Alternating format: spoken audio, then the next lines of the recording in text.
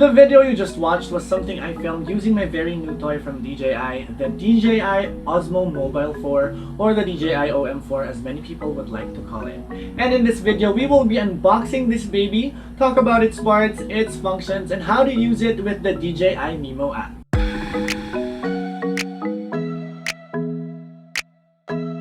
What is up, pala boys and girls? It is still I, your Bicolanong Lakwatsero, ang Bicolanong hindi mahilig sa maanghang, pero mahilig maglakwatsa. Welcome to yet another episode of our Talakwatsahan series, where we talk about travel, tourism, and content creation related stuff. If we're only meeting for the first time, do check out my other videos and consider subscribing to my channel if you like the content that I put out there. So before we begin this episode, I'd just like to give out a little disclaimer because this isn't really the first time that I'll be unboxing this.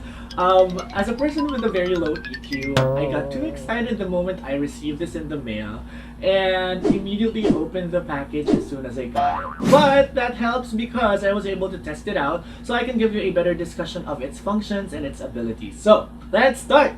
Okay, so let me just begin by saying how impressed and obsessed I am with how beautiful the packaging of this product is.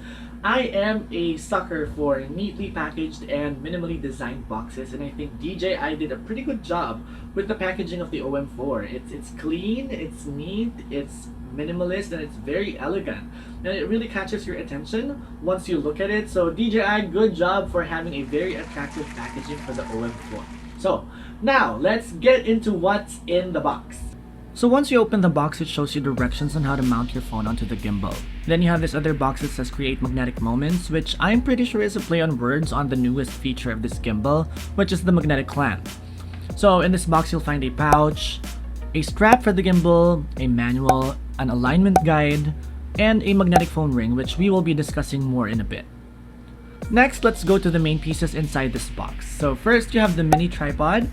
You also have a USB Type-C power cord. Of course, you have the gimbal, the magnetic clamp, and they also provide a phone riser for smaller phones. Now that I've mentioned about the magnetic clamp, DJI OM4 actually gives you two options to mount your phone onto the gimbal. And both of them are magnetic. So what I really like about this magnetic mount is that it gives me the convenience of being able to put my phone on and off the gimbal in just a snap. Because in the past, I've been having quite a struggle of taking my phone on and off the stabilizer. So at least with this magnet, you'd be able to just slap it on and then you're good to go. Well, anyway, first you have the magnetic clamp, which is something that you just strap onto your phone. And then you also have the magnetic ring, which is something that sticks directly at the back of your phone. So both of them have pros and cons, and choosing which one to use for your filming will depend highly on your preference. So let's just go into the details of the pros and cons of each of these options. Okay, so the magnetic ring is something that sticks directly to the back of your phone, as I've mentioned earlier, and it also doubles as a phone ring. You know, one of those things that you insert your finger while you're holding your phone to keep it from falling to the ground. And that being said, one of the cons of this option is that if your phone has a wireless charging capability, you wouldn't be able to enjoy that feature because the magnetic ring will get into the way of the charging. But if your phone doesn't have that, and if you're willing to let go of that feature, then you can go ahead and stick with this option. All you have to do is to use the alignment guide that comes with the package to make sure that you stick the magnet in the very center of the back of your phone, and you are good to go. The magnetic clamp, on the other hand, is something that I prefer to use. It acts like the usual clamp from the traditional gimbals that we know, only that it's magnetic and that it detaches itself from the gimbal. I do own a Huawei Mate 30 Pro, and it's a pretty big phone, and this clamp holds it pretty well, so I'm pretty sure that this can handle other big phones as well. But if you're one who uses smaller and thinner phones, DJI actually provides you with this phone riser, which is basically a piece of rubber that provides extra thickness to your phone so that the clamp would be able to hold on it better. One thing that people find iffy about this magnetic phone clamp, however, is that it doesn't hold well if you're using a phone with a case on it.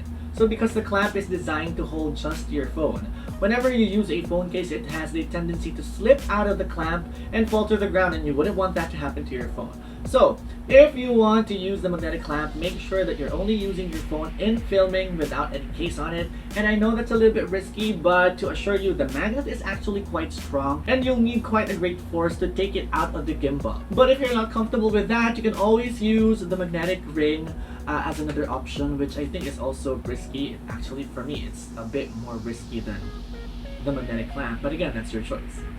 Now let's discuss the physical features of the gimbal, starting with the mini tripod. So, it's a small tripod that you just have to screw at the bottom of the gimbal.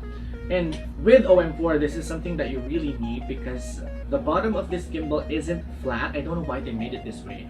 But anyway, it wouldn't stand by itself. So, with the mini tripod, you'd be able to lay it on any flat surface and it will stand by itself, which, comes in handy whenever you're filming just by yourself or if you want to get some pretty good time lapse. Apart from being a tripod, it can also double as an extended handle, which comes pretty perfect, especially when you're in selfie mode and you want to get more things within the frame, or it can also come handy when you are trying to shoot low angle footages, as it gives you that extra handle that allows you to take footages that are closer to the ground. Then we have the typical buttons on the gimbal. First, you have the M button, which also serves as the power button. Long press would turn the gimbal on and off. Tapping it once allows you to switch from photo and video. And finally, tapping it twice allows you to switch from landscape to portrait mode. Then you have the record button, which is quite self-explanatory. Just press it to take photos, and if you're on video mode, press it once and you start recording, press it again, and guess what? You stop recording. We also have this joystick, which of course controls the panning and the tilting of the gimbal. Moving it left to right controls the panning, while up and down makes the gimbal tilt upwards or downwards. On the side of the OM4, you have the slider, which of course you can use for tight shots or wide shots. You can also control how fast it zooms in or out through the settings in the Mimo app. On the other side of the gimbal is a USB port which you can use to charge your phone while using the OM4. And this is something that I didn't have in my old gimbal, so again, plus points DJI. Lastly, at the back of the OM4 is the trigger, which I love because it makes things so much easier. And it gives you quite a lot of controls as well. So if you press it once, you can activate active track. Hold it down and you go into lock mode. And if you press it twice and hold it down, you'll enter sport mode.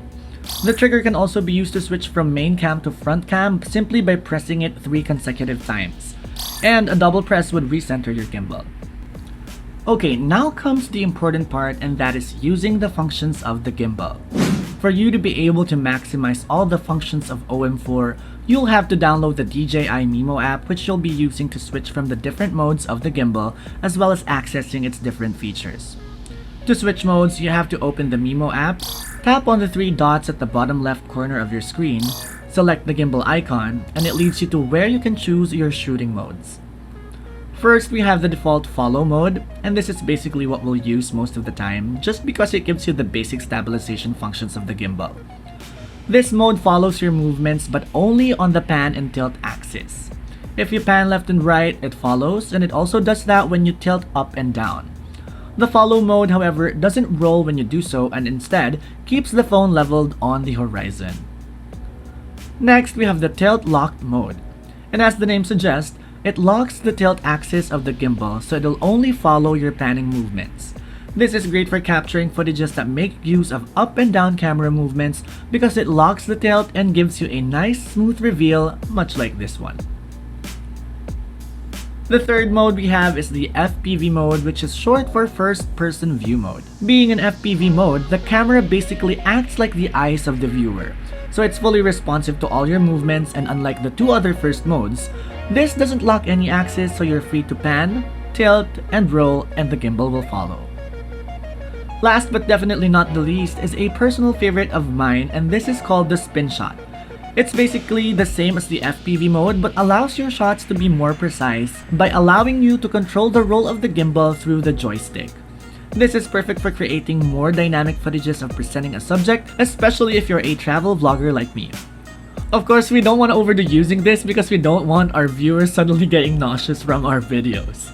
Now that we've covered the 4 major shooting modes of this gimbal, allow me to give a quick overview of the other features of OM4 which adds more value to this gimbal. So, let's head outside and try these features one by one. Let's go! First, we have the Timelapse, which allows you to capture beautiful footages like this in a sped up motion. With OM4, you can also control the interval in which the phone takes shots, how long the time-lapse is, and the direction to which the camera pans while taking the time-lapse. You also have the Hyperlapse, which is basically just the same as the time-lapse, but with a broader range of motions. This allows you to capture busy streets and dynamic footages, which are perfect in adding more layer to your storytelling. Another feature you'd like is the Pano, which allows you to have fun in taking photos. It has the 3x3 option, which allows you to get great landscape shots, or the Clone Me feature, which is a fun way of cloning yourself into a panoramic shot. Another feature that most people rave about is the Dyna-zoom or the dolly zoom. This feature gives you an option whether to zoom in or zoom out of a subject, while their background does the opposite. So I did try this on my Android and found the end result to be quite shaky and glitchy, so I probably won't be using this feature as much. But I did read some reviews and it said that it works perfect on iPhones. So whether you're an iPhone user or an Android user, if you have an OM4 and have tried this feature, let us know your experience with the Dyna-zoom. Now let's get into my favorite feature of this app, the story mode. This feature makes it easier for creators to create exciting and dynamic videos, especially for beginners who are just getting a hang of using their stabilizers. So to access this mode, you simply have to click on the colorful box on the upper right corner of your screen, and it leads you to a variety of templates that you can use for your footages. All you have to do is to choose one, and it shows you how many segments you need to film and how long each segment is. Once you're done taking all the footages, the Mimo app stitches it all together, adds transitions and music, and creates an epic short video just like this one. Here I am where the movie started, facing at a photo they've taken. Space tree flying through the skies and petals happen everywhere. So that has been our unboxing and review of the DJI Osmo Mobile 4. If you are one who's trying to decide whether to buy this or not, I hope this video has been a big help to you. And if you already own an OM4, let me know how your experience has been with it so far. Have you encountered any glitches with the app, or did you get any problems while setting up your device? Let me know in the comment section and let's share our thoughts to each other. Again, thank you so much guys for watching until the end. If you found this video valuable, and I hope you did, do consider giving it a thumbs up, clicking that subscribe button, and hitting that notification bell only if you want for more content like this. You may also follow me on my other social media accounts. I do have Facebook and Instagram for travel related content and other travel uploads.